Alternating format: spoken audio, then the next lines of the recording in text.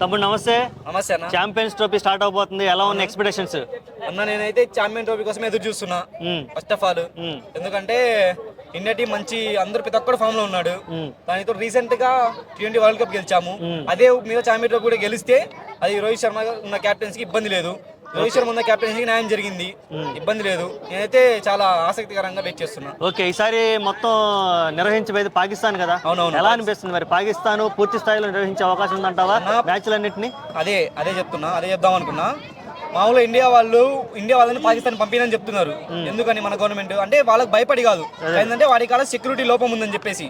అది పాకిస్తాన్ అంటే తెలిసిందే, అది ఎక్కువ తీవ్రవాద సంస్థలు కలిగి ఉన్న దేశం అది పాకిస్తాన్ దేశం. పాకిస్తాన్ సమర్థవంగా నిర్వహించలేదని నేను అనుకుంటున్నా. ఎందుకంటే పాకిస్తాన్ మీద మన వాళ్ళు గెలుస్తారు ఎట్లయినా. పాకిస్తాన్ మీద మనం గెలిచినప్పుడు వాళ్ళు అది తీసుకోలేరు. అది పాకిస్తాన్ అనేది సమర్థవంతంగా నిర్వహించలేదు. ఇండియా మ్యాచ్లు ఒక్కటి వేరే కంట్రీలో పెడితే బాగుంటది. ఎందుకంటే ఆల్రెడీ దుబాయ్లో జరుగుతున్నాయి. దుబాయ్లో జరిగితే ఇబ్బంది లేదు.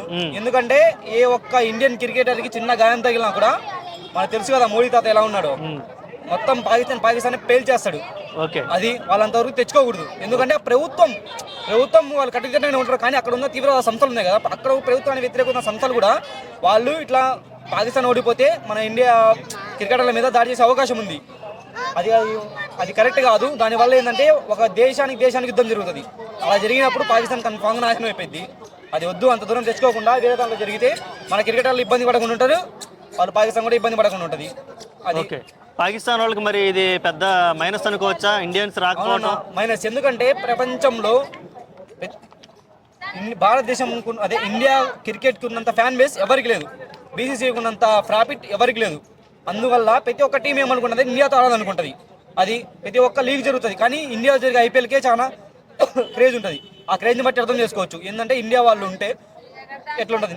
రీసెంట్గా మన వరల్డ్ కప్ జరిగినప్పుడు పాకిస్తాన్లో వచ్చారు. వాళ్ళకి మన ఇండియా వాళ్ళు బాగానే స్వీకరించారు.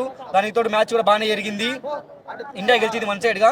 కానీ వాళ్ళకి ఏ విధంగా ఇబ్బంది లేకుండా, ఏ విధంగా సెక్యూరిటీ లోపం లేకుండా వాళ్ళని మన హిందూ సాంప్రదాయం ప్రకారం వాళ్ళని ఆహ్వానించి వాళ్ళు ప్రశాంతంగా వాళ్ళు జరిగేటట్టు చూసుకొని పంపించాం. అది అట్లా చేస్తే పాకిస్తాన్ కూడా ఇబ్బంది లేదు. కానీ పాకిస్తాన్లో తీవ్రవాద సంస్థలు ఎక్కువ. మన దేశం ఏంటంటే స్వేచ్ఛ ఉండే దేశం, ఇబ్బంది తీవ్రవాదులు ఎవరు ఉండరు. అది పాకిస్తాన్ అయితే దీని అయితే నేను వ్యతిరేకిస్తున్నా. చివరిగా పాకిస్తాన్ ఛాంపియన్స్ ట్రోఫీ గెలిచిన ఛాన్స్ ఏమైనా ఉందంటావా? అన్న పాకిస్తాన్ ముందు మన మీద గెలవలేదన్నా. నువ్వు అక్కడి దాకా వెళ్ళావు, ముందు ఇండియా మీద గెలవలేదు. అది ఇండియా ఉన్నంత వరకు ఎవరు గెలవలేరు.